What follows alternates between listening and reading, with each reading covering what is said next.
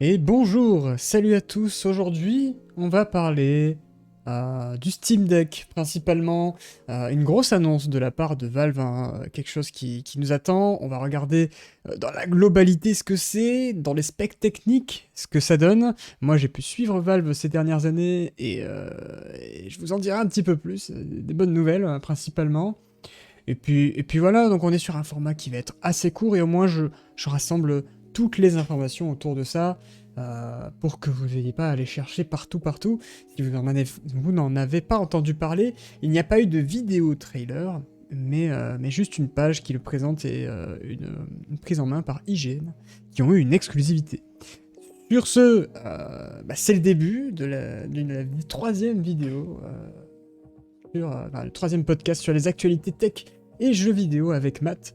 Aujourd'hui, je serai seul encore pour parler de ce sujet, sur un format très court, et on va commencer directement. Voilà, je plante dans le vif du sujet, évidemment, n'hésitez pas à me suivre sur Twitter, sur Discord, ou encore sur la chaîne YouTube, de vous abonner sans problème. Alors, le Steam Deck, qu'est-ce que c'est? Eh bien, c'est là où je vous affiche directement les images, hein. C'est une console portable qui s'affiche comme étant, si on n'en fait que la regarder de loin, un compétiteur direct à la Nintendo Switch, puisque vous le voyez là, hein, c'est clairement une Nintendo Switch en gris, avec des manettes un peu plus fat sur les côtés, un peu plus larges, à partir de 419 €, et on va creuser un petit peu le prix et savoir pourquoi c'est un bon prix, pourquoi est-ce que c'est très agressif. Euh, Déjà, on part de suite avec une puissance de jeu inégalée entre vos mains, parce que cette machine se vend comme un PC, avec SteamOS installé dessus, permettant de faire tourner tous les jeux de la plateforme Steam, avec, je dis, franchement, 99% des jeux qui existent, qui sont déjà compatibles avec SteamOS et leur système Proton. Évidemment, ils vous disent que c'est un appareil portable, et ils parlent bien de PC. C'est quelque chose de très important, c'est un mot-clé qui va revenir à plusieurs reprises.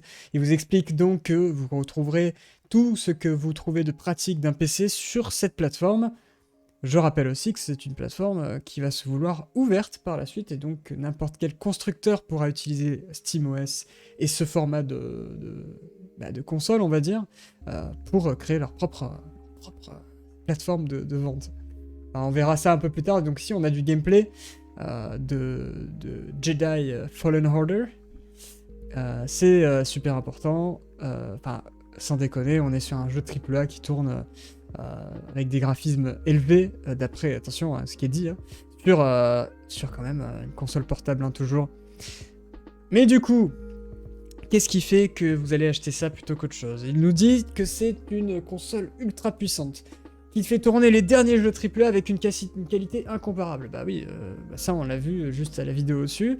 Je leur fais confiance, le processeur qu'ils utilisent est un processeur AMD, la carte graphique aussi, et on est sur du RDNA 2 qui est utilisé notamment sur les dernières générations de consoles.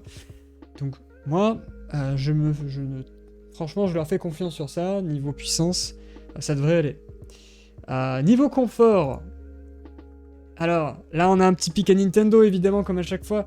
Le confort, c'est quelque chose qui est super important lorsqu'on joue à une console portable, surtout qu'elle risque de peser un petit peu plus lourd que ce que vous avez l'habitude de voir. Donc le confort, c'est un super joystick qu'on va retrouver notamment sur des manettes de PS5 ou Xbox Series, ou même Xbox One pour dire ça, mais en gros c'est un joystick taille réelle, hein. En quelque sorte, c'est pas un joystick qui sera trop petit. On peut y ajouter une carte SD, ici il nous montre une carte SD de 512 Go, mais théoriquement ça supporte jusqu'à 2 Tera, hein, c'est comme sur la Nintendo Switch, même si aujourd'hui aucune carte SD ne supporte 2 Tera encore. Mais avec une carte SD, micro SD de 512 Go, on peut aller vachement loin. Votre bibliothèque Steam, je vais y arriver, moi je buguais. La bibliothèque Steam que vous avez et que vous possédez si vous êtes un joueur Steam, parce que ça va être leur première clientèle, hein. Si vous êtes un joueur Steam, et ben vous allez directement vous retrouver sur cette plateforme, sans compromis, avec tous vos jeux qui vont fonctionner. Vous appuyez sur Play, ça marche, quoi. Donc là, il vous montre un PC portable et puis le Steam Deck juste à côté. Vous aurez remarqué aussi qu'il y a deux petits pavés tactiles là qu'on parlera un peu plus tard. C'est plutôt sympathique. Vous allumez votre appareil, vous connectez, vous téléchargez, il y a tout qui est là. Enfin, si vous ne jurez que par Steam, c'est la plateforme idéale pour vous, etc., etc. Donc là, il nous explique rapidement que vous vous connectez à votre compte et c'est fini. Évidemment, il faut un compte Steam pour utiliser SteamOS de la console par défaut. Ici, on a du gameplay donc de Disco Elysium, pourquoi pas. Donc ça, c'est aussi pour montrer l'utilité du trackpad sur certains jeux qui se jouent avec un curseur, notamment. Voilà, donc s'il y a même les jeux qui se jouent avec la souris seront compatibles, évidemment, avec le Steam Deck.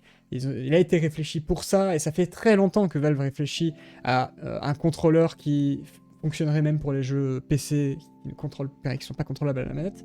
Et ils avaient déjà démarré ça avec le Steam Controller notamment, mais j'en parlerai un peu plus après aussi. Là, on est vraiment sur l'overview, histoire que vous ratez rien. C'est tout ce qu'il y a sur la page principale. Hein. Je ne dis pas plus que ce qu'il y a écrit. Donc là, on a du gameplay de contrôle, donc sans compromis. Donc on a toutes les fonctionnalités soigneusement repensées, évidemment, pour tenir entre vos mains. Donc on est quand même... Voilà, ils la vendent vraiment comme une console nomade, avant tout. Et donc là, on arrive à la grande décision, le prix et comment est-ce qu'il se place sur le marché. Alors, eh bien là, on a d'abord la première version, 419 €, qui possède 64 Go d'espace pour installer ses jeux, une mémoire interne qu'ils appellent eMMC de 64 Go, et un étui de transport, ça c'est très apprécié. C'est bien quelque chose qui, je pense, devrait être vendu avec la Switch, hein. C'est quelque chose que tu transportes partout. Et j'apprécie énormément le fait qu'il y ait voilà, une protection pour la balader à gauche à droite, la glisser au fond de son sac sans avoir besoin d'acheter un truc à côté, etc. Vraiment, plus un pour ça, 419 €. La seule chose qui va vraiment nous embêter sur cette version-là, c'est que 64 Go pour installer des jeux, enfin, si vous êtes un joueur Steam, vous savez bien que les jeux se font de plus en plus gros et ne ralentissent pas, pas trop. Typiquement, un Forza, ça va peser 60 Go, 80 Go. GTA V, 60 Go. Call of Duty Warzone, 100 Go. Donc on est vraiment sur des gros jeux principalement. La version à 64 Go, si vous la prenez, ce sera principalement pour jouer à des petits jeux indépendants, et encore certains jeux indépendants ne se retiennent pas sur la place requise, et ou sinon vous investissez vous à côté sur une carte SD, micro SD, qui convient en fait à votre besoin, et peut-être pour moins cher que juste acheter la version supérieure.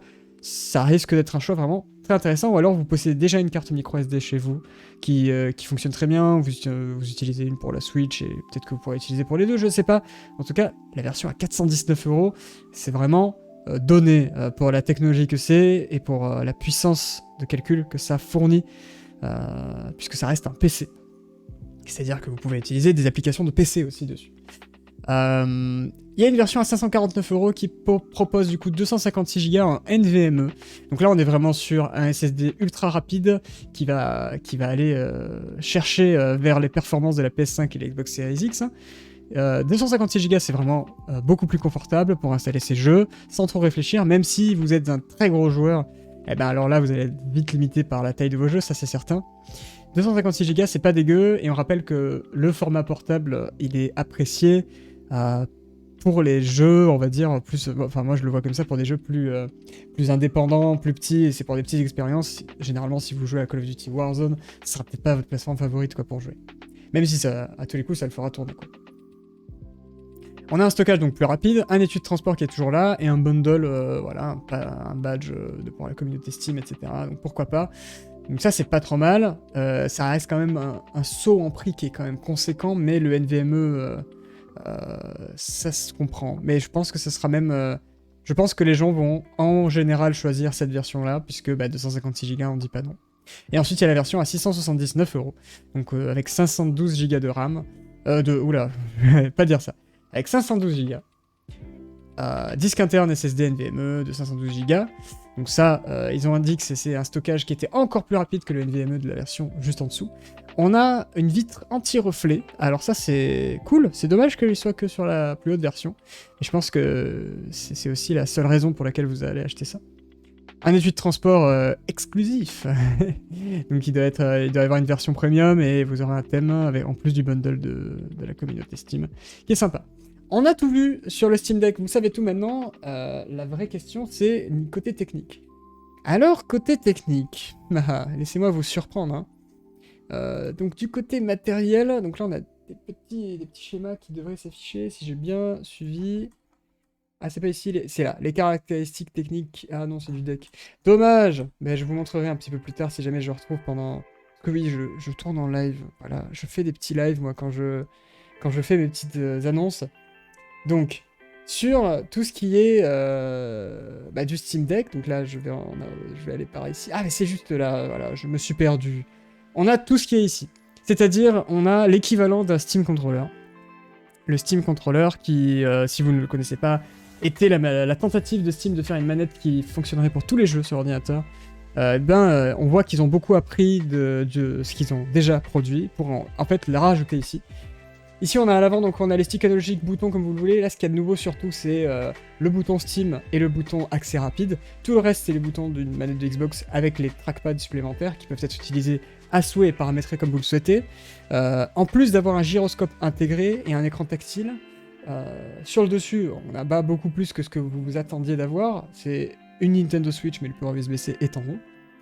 Et enfin, à l'arrière, on a 4 boutons supplémentaires, donc R4, R5 et L4, L5, qui sont aussi des boutons paramétrables à souhait, comme vous le souhaitez, et donc ça peut être sympathique pour les jeux qui soit le prennent en compte, soit vous qui voulez juste reconfigurer la manière dont vous voulez recharger dans un FPS, un bouton d'accès rapide pour une action spécifique en jeu, ça peut être une macro, etc. C'est vraiment des trucs qui sont très poussés, si jamais vous voulez.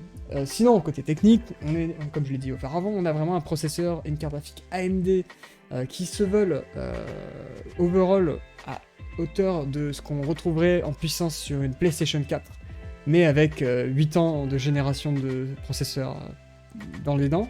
Donc on va s'attendre vraiment à du lourd, du très très lourd sur les performances. Attention, pour une console portable, ne vous attendez pas à du RTX de chez Nvidia. Pourquoi pas certains effets de ray tracing si jamais on pousse un peu la console, mais pas de RTX prévu. On est quand même sur une expérience portable et de toute façon le RTX ne remplacera pas tout de suite la manière de Lightning classique dans les jeux vidéo. Il y aura toujours pendant un bon moment les Lightning classiques. Hein. Le RTX ne va pas tout remplacer d'un coup et ne sera pas le nouveau défaut tout de suite. 16 Go de RAM, c'est bien plus que ce qu'on a besoin et je pense que c'est avec 16 Go de RAM, ça va être durable dans le temps, sans aucune problématique. Vraiment, 16 Go, c'est très très large pour les jeux qui vont à venir.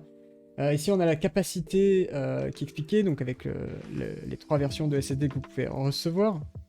Après, bon, ça, c'est à vous de choisir. C'est plutôt pour la taille que vous allez acheter plutôt que pour la vitesse, à mon avis. Les commandes m'ont dit que c'était globalement c'était une manette de Xbox avec des pads et 4 boutons à l'arrière supplémentaires. Il y a un gyroscope qui est super sympa. On a des vibrations. Et évidemment, on a de la latence. Oh, ça c'est une information que je n'ai pas lue, voyez-vous. Les trackpads qui sont encore plus rapides et réactifs. Et donc qui deviennent une option sincèrement compétitive à ce niveau-là. À voir encore si on peut faire tourner des jeux de manière compétitive. Moi je pense qu'avec la puissance qu'on a, ça va le faire.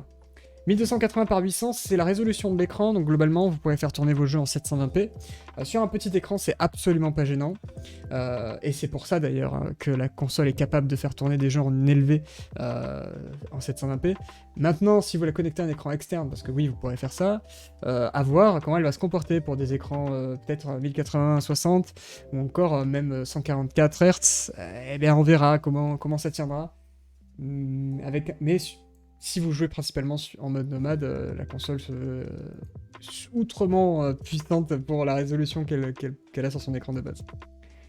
Un capteur de luminosité ambiante, c'est toujours apprécié. Et là, quelque chose qui est vraiment bien, c'est qu'on a du Wi-Fi 5 GHz, 2,4 GHz, donc ça c'est vraiment cool. Et du Bluetooth qui est compatible avec absolument tous vos appareils Bluetooth que vous avez chez vous.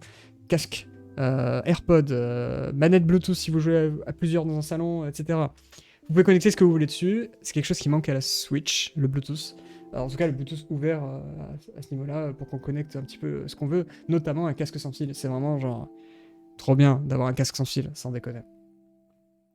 Enfin, on a des canaux audio. Bon, après ça, on a un double micro. Alors pourquoi pas à mon avis, ça sera utilisé pour avoir de la réduction de bruit pour le chat multijoueur, donc ça sera, je pense, aussi apprécié. Une alimentation donc de 45 watts et une batterie qui tient entre 2 et 8 heures. Alors c'est comme la Switch qui tient entre 2 et 6 heures, je rappelle. Donc c'est une batterie qui est un petit peu mieux que la Switch. Mais pareil, selon les jeux auxquels vous allez jouer, évidemment, vous allez jouer 2 heures à Control ou à Death Stranding, mais vous allez jouer 8 heures à Stardew Valley ou encore peut-être à Minecraft sans problème, quoi. Donc vraiment, là, ça dépendra de votre utilisation. Évidemment, vous pourrez streamer des jeux, et par streamer des jeux, ils entendent certainement Stadia ou le xCloud encore, qui sera du coup la plateforme idéale pour jouer à des jeux en streaming. Et derrière, il y a un port micro SD, un port USB-C ultra puissant qui vous permet de connecter n'importe quel hub USB, qui permet donc d'avoir un écran, 2 écrans, jusqu'à 8K 60 Hz et 4K 120 Hz. Alors ne vous attendez pas à faire tourner des jeux en 8K 60 avec cette machine-là, sauf si c'est Stardew Valley. Très clairement, si c'est pas un jeu 2D, ça tournera pas. Mais ça peut être quand même intéressant si vous avez une belle télévision chez vous et que vous voulez vous faire plaisir sur des jeux indés. Ça tiendra debout, je pense, sans problème. Mais bon, la 4K à 120 Hz, moi j'y crois moyen pour des jeux comme Control avec cette puissance-là. Derrière, on a la dimension et le poids. Globalement, on a pu voir sur internet, c'est 4 cm plus large qu'une Switch avec les Joy-Con. C'est 1 cm ou 2 cm plus haut qu'une Switch, presque 2 cm plus haut qu'une Switch en hauteur. Donc on est sur une machine qui est quand même vachement plus... un peu plus grande, mais après, comme je vous l'ai dit, c'est pas fait pour mettre dans la poche. Même la Switch n'était à la base pas faite pour mettre dans une poche. On est sur un matériel qui ne sera pas vendu directement à des enfants. Donc ça me choque pas non plus que pour le public choisi, ce soit quelque chose d'un peu plus conséquent. Et après, on a 50 mm de large. Alors 50 mm, c'est dû au fait que les manettes, elles soient plus épaisses que la console et ils sont obligés de la compter. Mais globalement, la console, elle fait, je crois, dans les entre 2 et 3 cm de large. Donc c'est quand même 2 fois plus épais qu'une Switch. Mais, et même presque 2 fois plus lourd au niveau du poids, qui est 669 grammes. Presque 2 fois plus lourd qu'une Switch.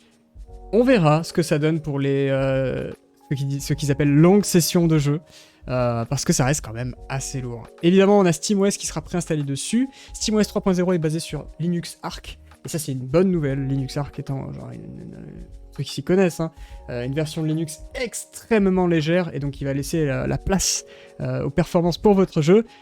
Et on a un écran LCD, donc ils appellent ça Plasma KDE, bon bref ça on s'en fout. On a un écran LCD que j'ai pas... ça c'est dimension technique, mais pour ce qui est de l'écran, on a un écran LCD et pas OLED. Mais connaissant le LCD que Valve utilise sur leur Valve Index, vraiment c'est pas du tout un mauvais LCD. Je comprends pourquoi ils continuent dans cette élan, même si un écran OLED aurait été la bienvenue pour tout le monde. Maintenant, leur LCD est quand même vraiment bien. Et puis permettre peut-être plein de choses. Peut-être... Ça m'étonnerait pas de Valve qu'on ait la possibilité d'overclock l'écran pour qu'il soit à 120 Hz. On verra bien plus tard ce que ça donnera. S'ils utilisent les mêmes écrans que sur leur casque VR, les mêmes panneaux, ça serait vraiment un truc de fou.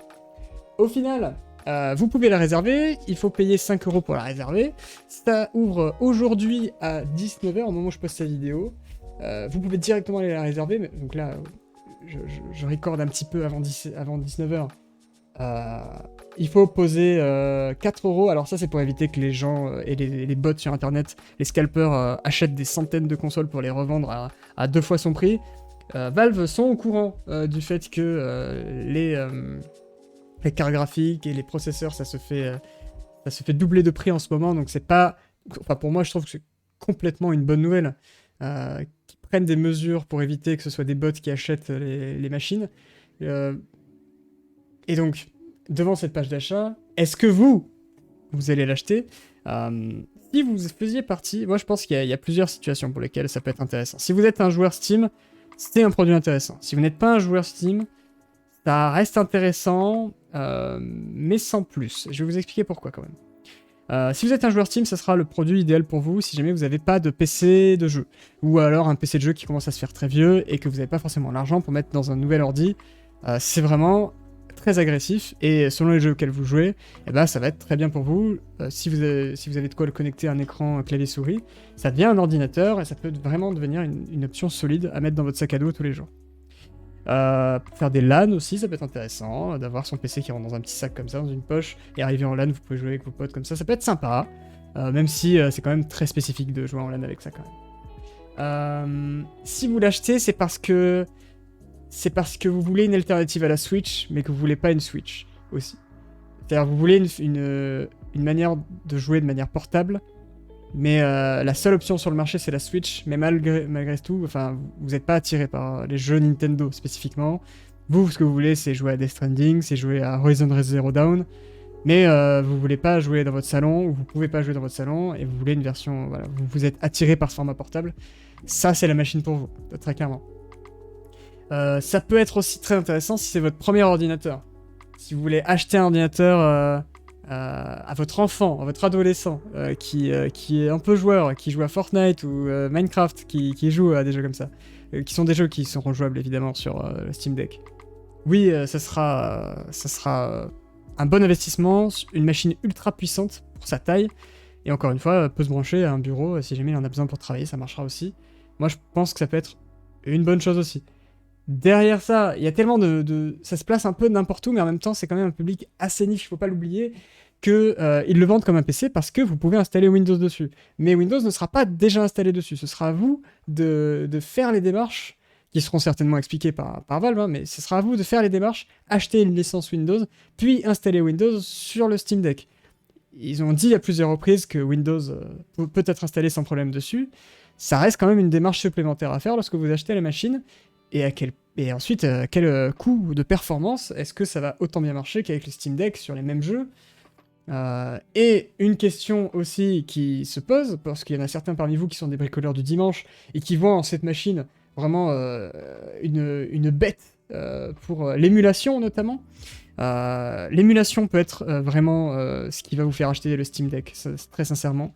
L'émulation, pour moi, c'est ce qui va me faire acheter le Steam Deck, ça va me faire rejouer à des vieux jeux GameCube, à des vieux jeux sur Wii, des vieux jeux PlayStation, voire même des jeux PS3 avec les émulateurs. Vu la puissance que ça a, ça va tourner genre... Sur les jeux qui sont le mieux portés sur l'émulation, ça va tourner tranquillement sur ça, en fait. Donc moi, si j'achète cette machine, c'est pour de l'émulation, c'est pour jouer à des jeux indés, c'est pas pour jouer à Call of Duty Warzone, c'est pas pour jouer à Overwatch, rien à voir. C'est pas pour ça que je vais l'acheter, si jamais je dois l'acheter. Mais si vous êtes un bricoleur du dimanche et que vous voulez installer Windows, vous avez entendu récemment que Windows 11 a été annoncé. D'ailleurs, je suis en train d'utiliser Windows 11 actuellement sur mon ordinateur, et en tout cas avec l'Early Access. Et autant vous dire que Windows 11, ça demande des restrictions techniques qui n'ont pas été spécifiées par Valve sur leur Steam Deck. Est-ce que Windows 11 va tourner sur le Steam Deck? Ça risque d'être une bonne question. Je pense... Alors vu qu'ils sont pas partenaires Windows, parce qu'ils sont pas partenaires avec Microsoft, ils ont donc pas de restrictions sur leur carte mère et sur les composants qu'ils mettent pour que Windows tourne, alors que si jamais vous êtes partenaire Microsoft, vous devez respecter certains protocoles pour que justement Microsoft puisse faire des mises à jour sur Windows 11, etc. Donc ça va poser des questions, j'espère qu'ils vont y répondre assez rapidement dans les mois à venir, sur comment installer Windows, et est-ce que Windows 11 aura les paramètres de sécurité et le processeur qui va suivre avec, parce que je crois qu'on est sur une architecture quand même en x86, donc 32 bits, ce qui me semble quand même être une surprise. Bon, on n'a pas beaucoup plus de nouvelles sur ce côté-là, je vous invite à regarder la vidéo de la chaîne IGN pour avoir toutes les informations. C'est un format quand même final assez long, une vingtaine de minutes, sur le Steam Deck. Je vous en dirai plus lorsque je l'aurai en main un jour, parce que c'est quelque chose qui me fascine. J'en ai parlé récemment dans le premier épisode, on parlait du Steam PAL, puisque c'était son nom de code, qui est de la Switch Pro. Et puis voilà, en une semaine, on a été servi, on a la Switch OLED qui est sortie, et le Steam Deck. Et à tous ceux qui ont une Switch et qui voulaient acheter la Switch Pro, n'achetez pas la Switch Pro, achetez le Steam Deck. Sincèrement, la Switch Pro n'ajoutera rien en fait. Et moi qui voulais acheter la Switch Pro, sincèrement, ça sert à rien si jamais il y a un Steam Deck à côté au même prix, à 50 € près. Je vais me faire plaisir et acheter un Steam Deck plutôt que d'aller acheter une Switch 0.1 qui au final fait la même chose que la Switch que j'ai déjà à la maison. Pour ceux qui ont déjà une Switch, c'est une offre intéressante. Pour ceux qui n'ont pas de PC mais qui ont que des consoles, c'est une offre ultra intéressante. Je rappelle que si vous trouvez le moyen d'installer Windows dessus, eh ben sachant que ça sera officiellement supporté par Valve, hein, le fait d'installer des systèmes alternatifs, eh ben vous pourrez avoir l'Epic Game Store, vous pourrez streamer vos jeux sur l'Xcloud depuis un navigateur, qui peut être déjà fait sur le Steam Deck. Vous pourrez streamer vous pourrez jouer à vos jeux du Game Pass et les télécharger. Vous pourrez jouer à peu près n'importe quoi, et ça supporte tout type de contrôleur, donc ça peut brancher des écrans, ça peut brancher des pads d'arcade, ça peut brancher n'importe quoi. Moi, je suis super hypé. Est-ce que vous l'êtes écoutez, exprimez-vous dans les commentaires. Est-ce que vous allez acheter cette console? Enfin, si on peut l'appeler console. Moi, je pense bien que oui. Je vais tenter de mettre la main sur une réservation dès ce soir, 19h. C'est-à-dire au moment où je poste cette vidéo. Là, vous avez normalement la réservation qui a démarré. Sautez dessus à tout prix. Parce que ça va être sympathique quand même. Donc voilà, merci à vous d'avoir regardé cette vidéo. Vous pouvez vous abonner à la chaîne et laisser un petit j'aime si ce genre de contenu vous plaise de manière ponctuelle sur un sujet. Je donne un avis un petit peu global pour ceux qui sont pas au courant et qui suivent pas l'actualité de près de ce qui se passe au niveau du jeu vidéo, au niveau tech. Parce que niveau tech, ça envoie du lourd du côté de Valve là tout de suite. Évidemment, vous pouvez me suivre directement sur le Discord qui est dans la description, sur lequel je réponds à vos questions en temps réel. Vous envoyez un message, je suis là, je vous réponds. Et le petit Twitter, ça fait plaisir si jamais vous voulez voir de temps en temps un petit tweet de ma part, même si je suis quand même un peu plus actif sur Discord, je ne vais pas vous le mentir. Sur ce, à bientôt sur la chaîne, sur l'actualité avec Matt. Et puis bye bye, tchuss.